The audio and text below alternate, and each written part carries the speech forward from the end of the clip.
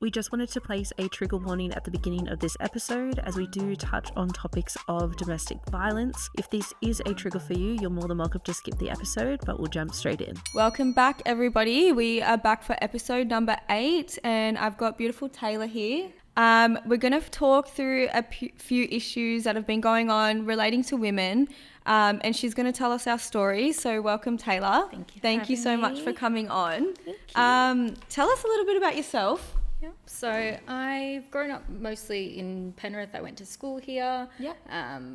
Been here, pretty much the entire time. I moved to Parramatta a couple years ago to just be closer to work. I was in real estate at the time. Yeah.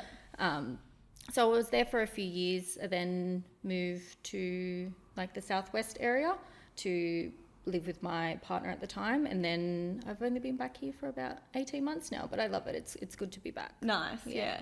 And do you follow us on Instagram? I do. Oh, nice. I do. Nice. I love your work. Yeah, thank you so much.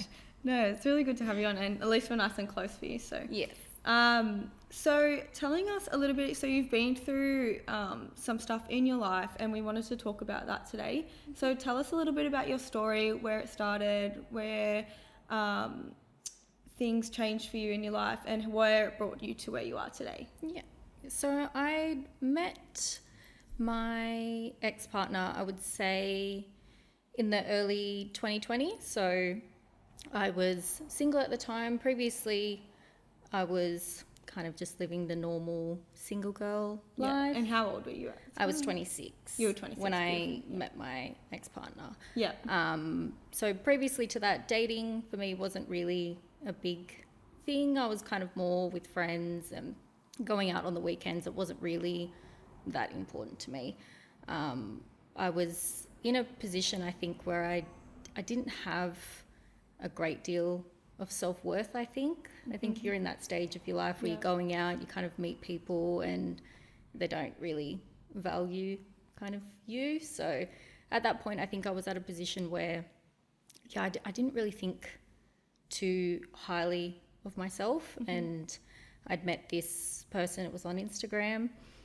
We did have a mutual friend kind of back pre-COVID days. You wouldn't really meet people online. So this was kind of a first for me, and I felt a little bit more comfortable because we had a friend in common, and I kind of did my background checks and all was well and good. So I didn't really think, I wasn't too suspicious on it. So we'd met, and as with most of these situations, it was great. It was great for quite a while. I would say it was the first time I'd really been with someone prior to being quite young in a relationship where I'd felt like, oh, this person is really into me. He really likes me. He was making, a lot of effort for me. We didn't live very close to each other. So he was kind of always making the effort of coming to see me, kind of planning things. And it honestly just felt really nice to have that. And I hadn't had it as a older adult. Obviously, when you're a bit younger, you kind of have those young relationships, but as an adult, I didn't really have anything like that. So, he was really quite attentive, and I never felt in the sense that it was kind of like a game. I feel like dating these days, it's all about games and it's about the chase, and I never got that. So you felt like you connected quite easily? Yeah, and I felt like it was quite effortless. We did have a lot of differences, I would say, culturally, but to me it seemed, from my perspective, as a non-issue. So we were dating for a little bit, and everything was all going well, and I didn't really have any concerns at all. I would say the first time something a little bit off happened, looking back now, not at the time. I didn't really think too much of it, where I think when I say it, most people would think, oh, like, that's a bit of a red flag. Yeah. At the time you don't notice it. And and I think I was just so infatuated and really into this person that I didn't think too much of it really at the time. So I've always been someone that would go to sleep really early. Like I would be in bed 8 o'clock, asleep by 8:30. That was just kind of always how I've been, and it's still how I am now. Like I'm always been an early sleeper. And he kind of never would believe that I was actually asleep when I would say that I'm asleep.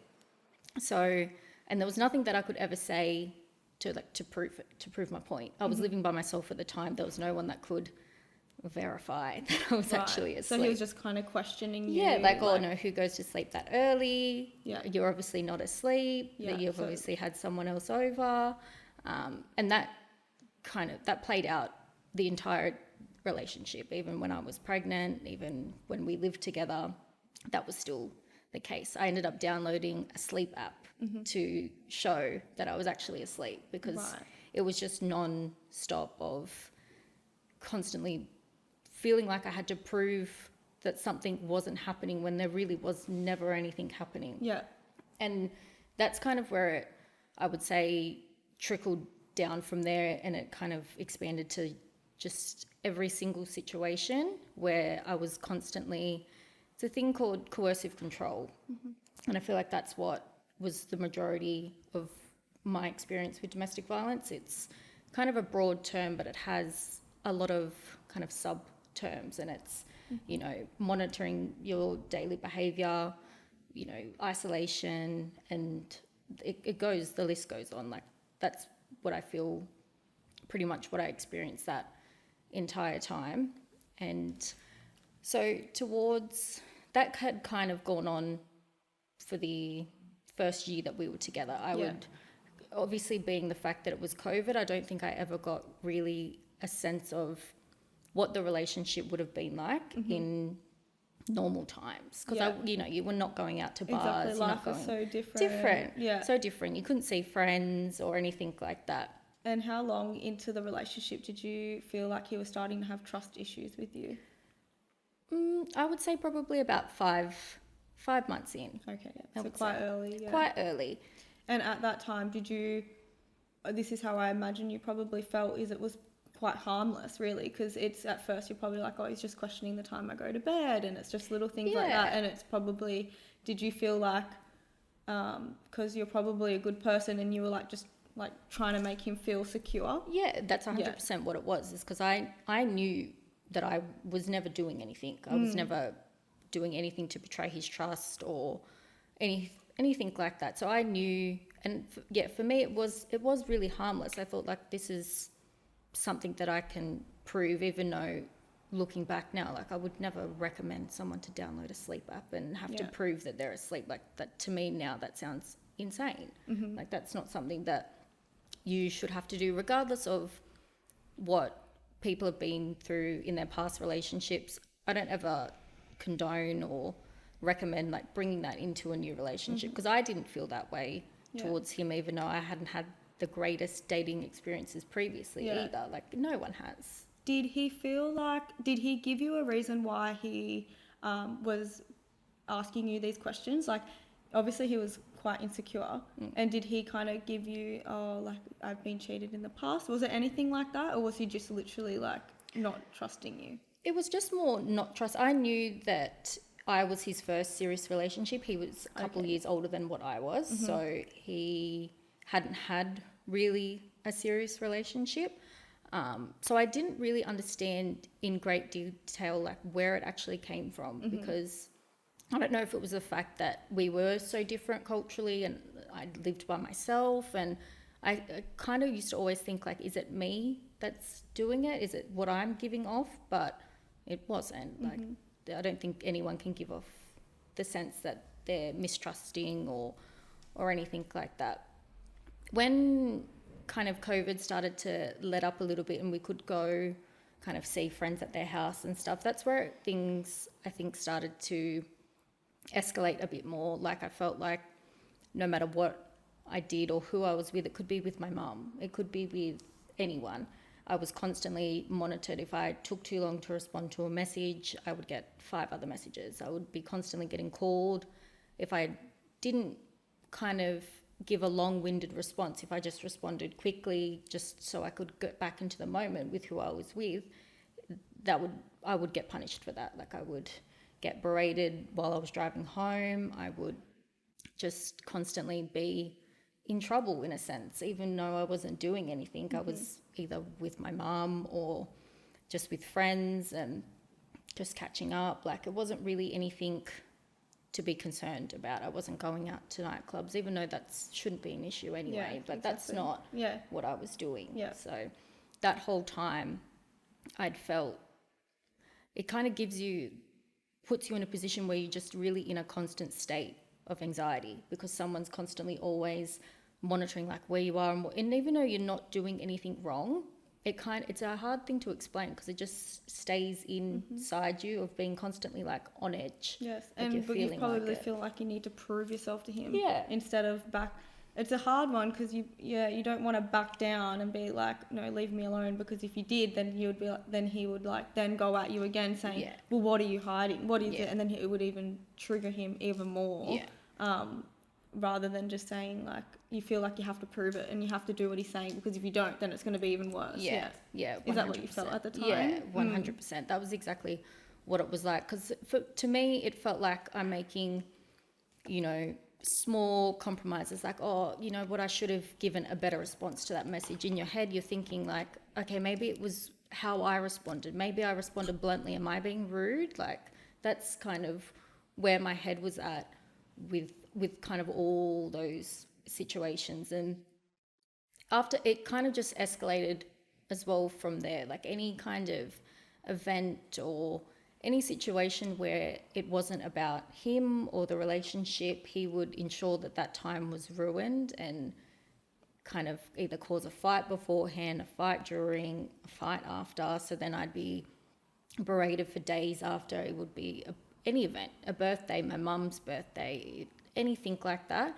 Those situations would just be totally ruined. And in the end of it, I just wouldn't even want to go. Like, I wouldn't want to go, and I wouldn't want to do anything, because I thought like it's just not worth the fight and the argument after, and what I would receive after. And what kind of things was he bringing up? What would he do at an event and bring it up? Would he try and find anything just to start an argument over? Just anything. It was, because as I said, I really never gave any reason to even cause an argument. I remember my birthday, I was 20, I would have been 27, and I'd gone out with a group of friends, and as you do, you have it had been COVID, we'd all had a little bit too much to drink, and everyone had come back to my apartment. I lived on my own, so to me, non-issue, like, didn't think anything of it. And that turned into, I'd obviously had other people there, I had guys there, and I would FaceTime him and be like, oh, there's no one else here. To do. Yeah, there is no one else here. It was a group, 5, 6 girls, and if I wanted to end the conversation, he would say like, well, I was wanting to end the conversation because I'm wanting to go out, and that was never the case. Half the time I'd want to end the conversation so I can actually enjoy my time with my friends and be present. And it felt really rude for a lot of the time on my behalf, because I'd be with someone, even if I'm sitting there having breakfast with someone, and I'm constantly getting messages and calls, and I'm answering these calls and messages while the other person is sitting there trying to have a conversation with me. So so he'd always try and pull you out of the present moment. Yeah. And my mum lived up the coast at the time, so sometimes I would try and go up and go see her, and even that, like, I would be accused of actually not being there with my mum, and I would say like, talk to her if you want, like, if you feel like that's really not what I'm doing, like, you can talk to her. And he would hang up the phone, he would block me. It was just kind of living in a constant state of just really like a lot of anxiety. Yes, of course, that would have been horrible for you. And when did it start to escalate after that? So not too long after, when I had gone to my mum's place, I'd left that weekend early because he'd ruined the time. I just wanted to be home in my own space. I ended up catching up with my brother later that day, and I'd actually fainted because I feel like I was under like so much stress. It wasn't a hot day or anything. I wasn't, had not eaten or anything like that, but I'd actually caused, I believe now, like the stress of everything that was going on was trying to tell me physically like something my body was shutting down over all the mental kind of strain and stress that I was going through. And I would say that it kind of stayed similar. I was having a few issues, with my health at that point, and we'd gotten to a point where things weren't in a good place, and it was going to end. Not long after that, I did find out that I was about 5 weeks pregnant, and that's why I was having, a few issues with my health. So, Wow.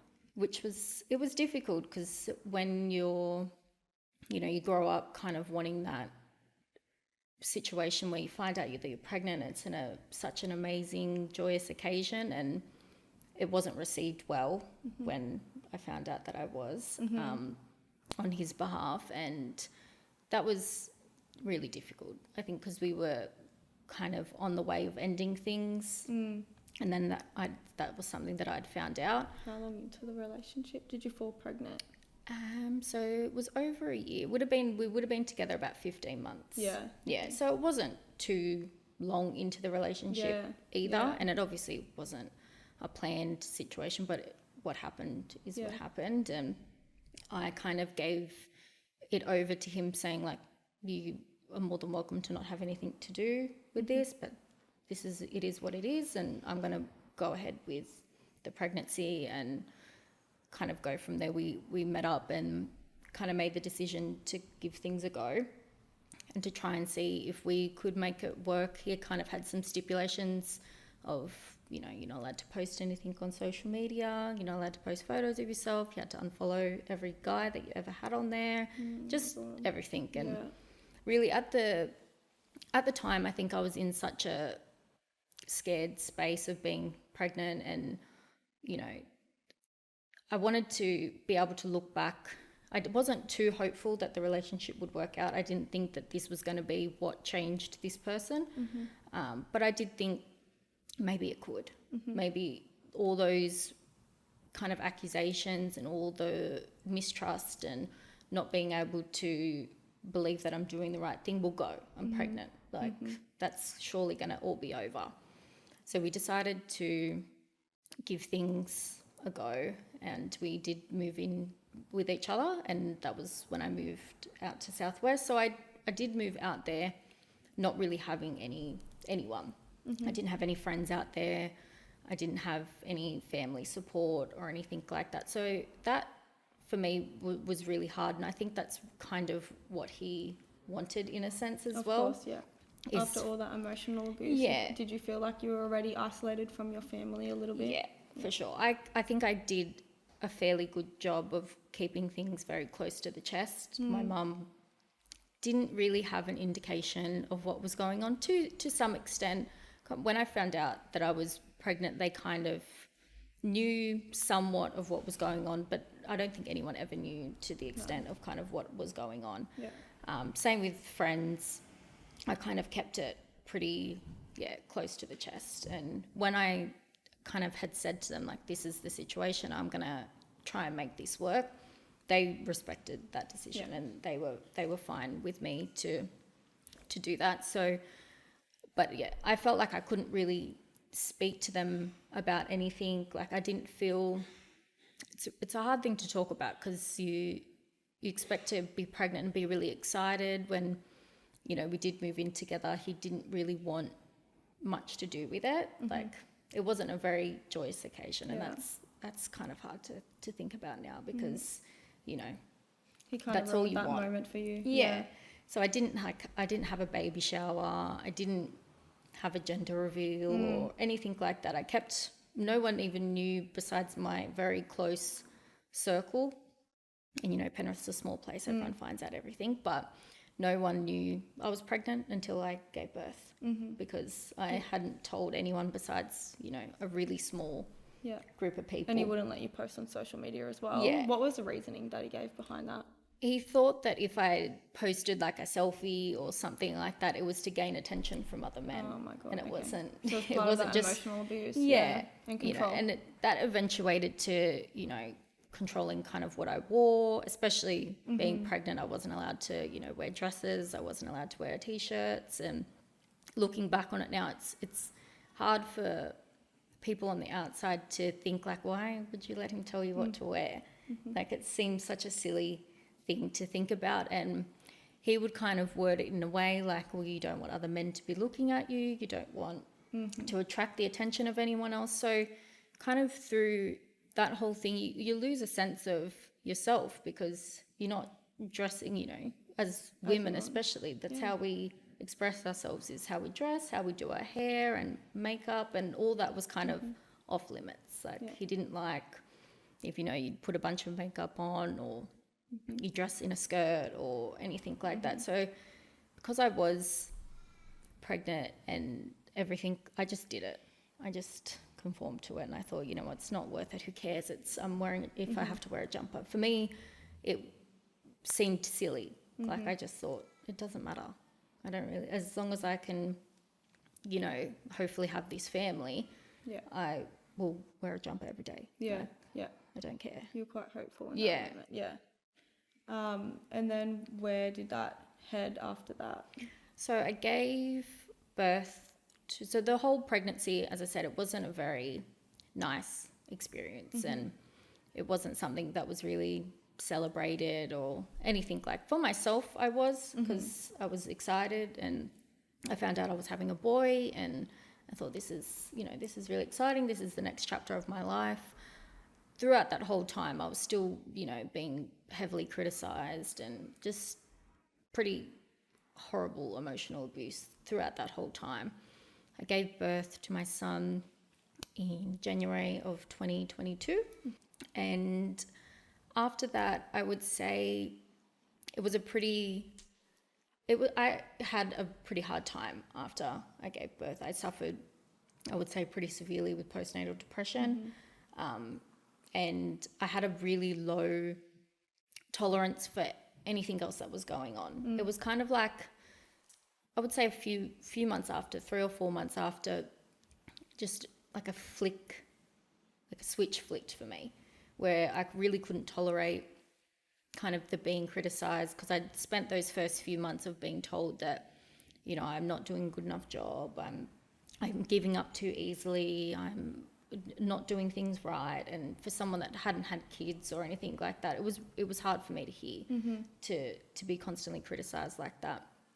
So a few months after, and I was really struggling, like really, really struggling. I felt like I couldn't really reach out to my mum or friends for support, because he wouldn't like when they'd come over. Like, I'd really spent a long time without even, you know, seeing my friends, and like, I would speak to them through like text message and stuff like that, but when they would call, I wouldn't answer, because I felt uncomfortable to kind of speak on the phone with them when he was around. And because he would always say things as I'd get off the phone. And so that whole time, I really felt like if I left that relationship, that I would really come out of it with no one. Yeah. And He isolated you. yeah, and it kind of got to that point where I began kind of fighting back with things that he would say and things that he would do, and it turned quite volatile.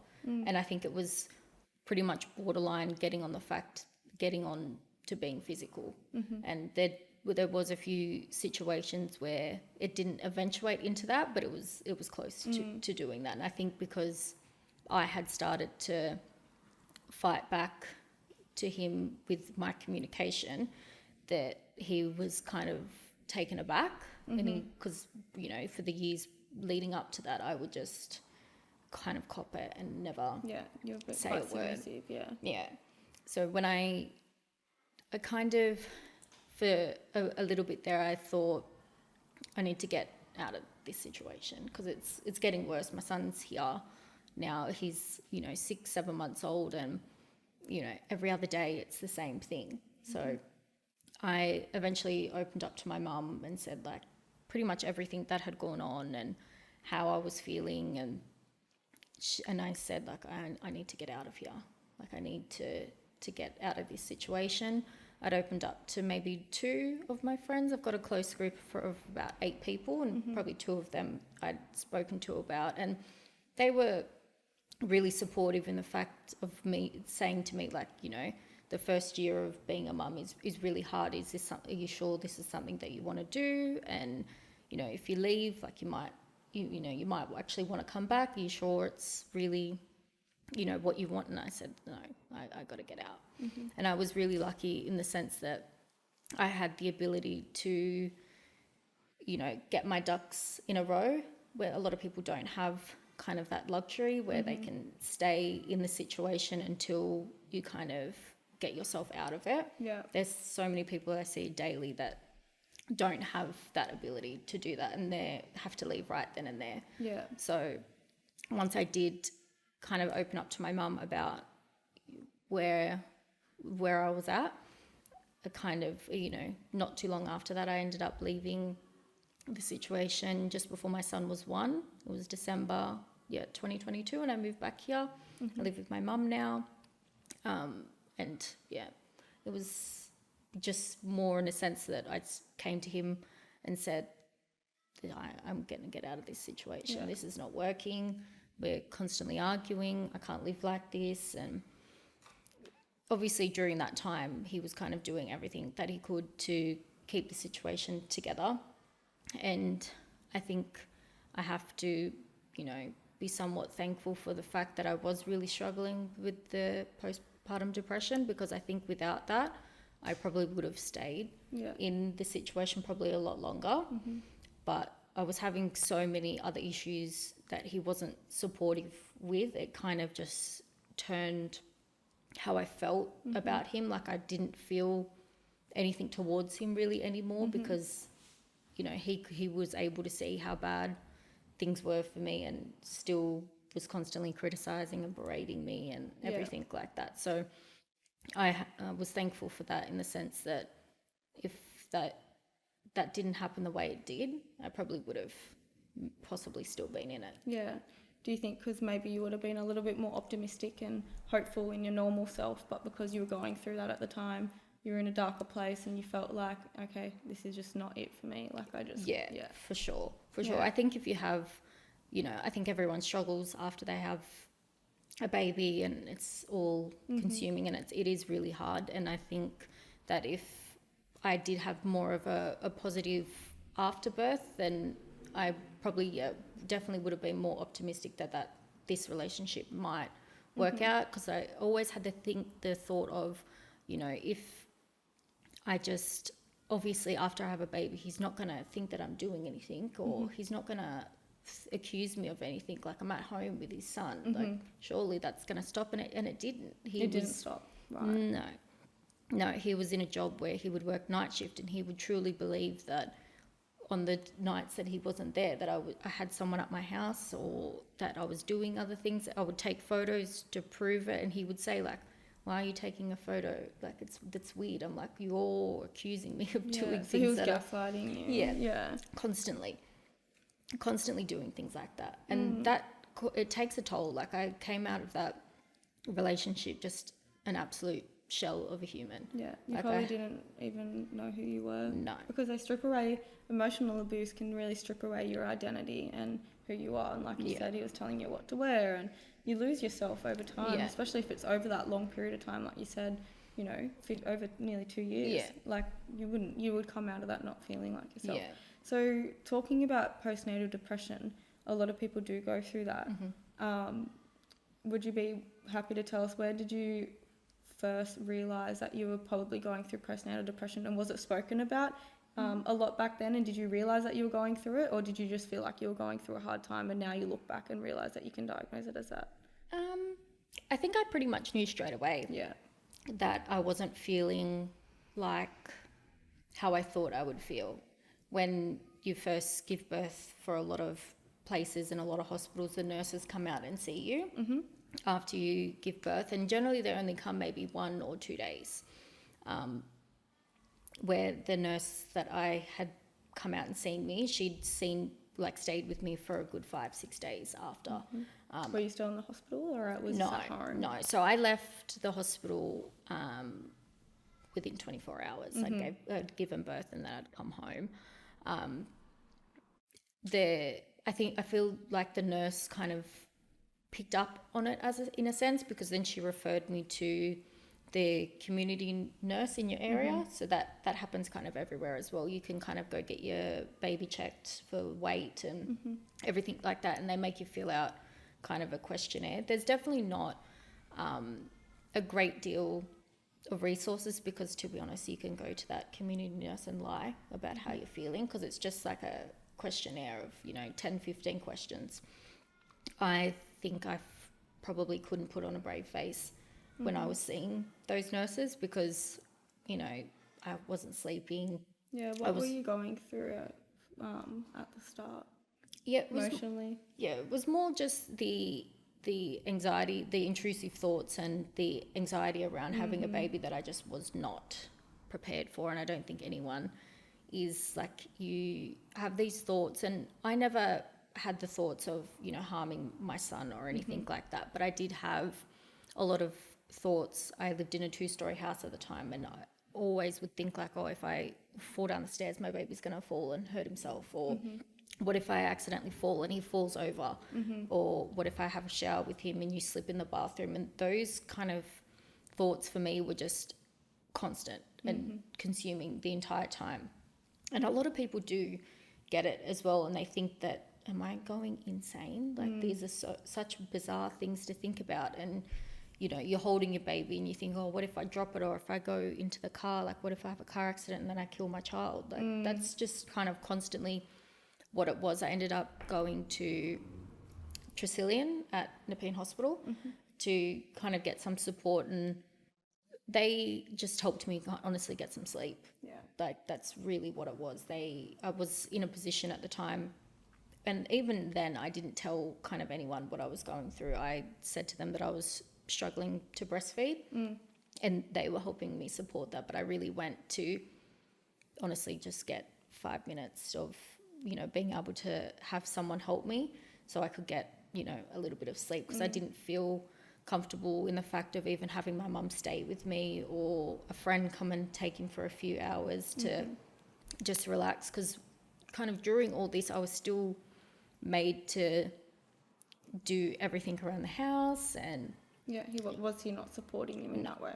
Not at all. Not even in the slightest. And he kind of, what a basis of coercive control as well, is really reinforcing those gender roles and the domestic duties, where that's all well and good for sometimes, but you kind of, in my opinion, you support your partner when, of course, after especially those situations. After birth, And that's kind of where I didn't get any support at all.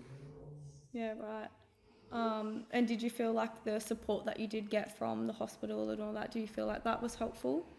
I think that they really tried. I think that they really wanted to help, but you really do have to be receptive to it. I was still in the position at that time where I was kind of covering up what was going on in my relationship. So actually sitting down and speaking to someone constantly, I was concerned about the fact that I wouldn't really be able to even go on with what I was going through, because they're going to probably ask questions about what's going on at home. Do you have support? Do you have this? And I felt like I couldn't answer it. I felt like I couldn't. There definitely needs to be more support out there and more awareness of where people can go. And I feel like I was good in the sense of trying to find where I could go. And when I did go to Tresillian, like those nurses and things like that, they call you and everything beforehand and kind of could understand how I was feeling. But you have to work hard to get to that point too. You do have to kind of be the one to reach out to them and be the one to be on the phone calls with them. There's not really anything that I believe is out there that, that kind of comes to you. Without obviously paying for it as well financially. Yes, exactly right. Looking back on the relationship, and for someone who may be in that point where they feel like they have to prove themselves to their partner about what they're doing when they know that they're doing nothing wrong, and at that point in time they feel like we mentioned earlier, they feel like it's innocent and it's not a red flag. Like, when can someone who's going through that identify this as a red flag, and what advice do you give to them about when they should leave. When did someone know that they should leave, and when do you differentiate that it's harmless or that it's more serious and this is a red flag? I think definitely looking back, I think if anyone tries to make you compromise constantly, and compromise in the sense of who you are when it comes to, what you wear and what you do and who you see and all those things. Compromise in a relationship is normal. Compromising who you are as a person is not. So as soon as someone says, oh, I don't like it when you follow that person, obviously out of respect for your partner, you do what you need to do. But if it's in a sense where it's so innocent, that to me now is a red flag. Yeah. Same with the constant monitoring. If someone can't leave you be for 10 minutes or, half an hour while you're having breakfast with your friend or while you're going for a walk and having a coffee, that's a red flag. That's not normal that someone has to know what you're doing every step of the day. You need to have some sort of autonomy in yourself and in your relationship as well. 100%. And you do hear it, and it's a lot about the person as well. They're just so insecure, and it's probably because they're doing the things that they're accusing you of doing. Yeah. They're cheating and their stuff, and they're being unfaithful, and they're that insecure that it's going to happen to them that they projected on you. Yeah. And was your partner ever doing anything unfaithful that you found out about? I believe so. I didn't have anything concrete because he was very protective over his phone, and I never knew his password. I've never ever been through his phone in the entire relationship that we were together, but he was constantly not home. And I would think that, a lot of his circle and everything like that was married with kids. So for me, it was kind of a no-brainer that something else was going on. Yeah. So when you tried to leave the relationship, did he try and make that difficult for you, or was it kind of a simple process to just kind of exit the relationship? No, he made it difficult in the sense that, we had a small baby, and I didn't expect him to help me move, but he made it very difficult to do so. Like every time I would kind of pack a box or, kind of trying to get things together, I moved out quickly. I told him, maybe a week or so beforehand, and then by the next weekend I had my brother come and help me pack everything up and go. But in the sense of trying to kind of guilt me to stay, that things would have been different, the emotional guilt I found was the hardest part, because then I second guessed myself a lot during that period. Yeah. So with the manipulation, how did you overcome the manipulation and the guilt feeling that he was trying to put on you? Because I'm sure he was trying to love bomb you, and then when that didn't work, he was trying to guilt trip you. Yeah. How did you feel like you overcame that? Yeah, so I think for me, because I'd really checked out of the relationship quite a while before I'd actually decided to leave, I think it would have taken a lot to try and change my mind. I think and once you tell people about the situation as well, I think they kind of hold you accountable, and you feel like that sense of responsibility that, you've told these people now exactly what you're going through. How are they going to be okay with you staying? Did you feel like talking to people validated your opinion as well? Yeah, for sure. And I think that's the thing that I try and tell people now in my work is to speak to someone about it, whether that be someone professionally or, a friend, because there's a lot of people that don't have, when you're in this situation, they isolate you so much that it's not easy to be someone's friend. I am really, really lucky and grateful that the people that still stand by me, or that they did stand by me that whole time. They could have turned their back at me at any point, because I wasn't being a good friend. They would call, I wouldn't answer. I would make excuses not to go to things. I wouldn't show up for their kids. There were so many things that I look back now and I'm like, there was so many times that they could have just thought, you know what, I can't, we're not going to be friends with her anymore. Yeah. Because I wasn't letting them into my life. And so say if someone's listening that is that friend that has someone that they feel like they're being distant with them, what would you say to them? What would you have loved to hear your friends say in that moment? Or what did they say in that moment that helped you, even though you were doing things that could have potentially ended a friendship? what were you going through? Like, you obviously just spoke about it then, so, you know, you were going through some stuff at the time. And how do you feel like your friends reacted in a way that helped you? And what would you have wanted to hear from your friends? So what advice can you give to a friend that has a friend going through this? Yeah, look, I think if you, the best thing you can do is just to not turn your back on them. As I said, I can't really speak from a point of where I wish that they had said other things to me, because I feel like they respected my relationship, whatever they thought that it was, because I really didn't open up into what was going on. But when I did, they were kind of at my beck and call. Like, they would always, you know, call me, check in, make sure I'm okay, especially after I'd left. They were constantly asking if I was just good. checking in and being and I think present. if you just don't turn your back. It may seem really hard, and you may feel disappointed that, you know, this is your friend and, you know, they're not being a good friend to you, but I would like to hope, and it was definitely the case in my situation, you always find your way back to them. Yeah. And when you came out of the relationship, how did you find yourself again? How did you navigate through finding your identity? And what tips can you give someone who does come out of a relationship feeling like they've lost their identity? Yeah. I think for me, it took a really long time. I came out of that relationship just a shell of a human. I was in a really, really bad place, mentally, everything, emotionally. There was a period kind of within those first few weeks that I thought that I'd made a mistake and that I should go back, which is crazy for me to even think about now. How did you not go back? What stopped you? I think in my mind, I knew that I had to get through those first few weeks. I knew leading up to it that the first few weeks for me were going to be the hardest, that I was going to feel really sad, because I'd ended a relationship that I'd been in for quite a while. We had been through a lot together. Like, I'd given birth in front of this person, like, we'd had a baby together. So it wasn't for me like a normal breakup where, to be honest, I probably wouldn't care that much. Like, I probably wouldn't be as phased, but I felt like that we'd had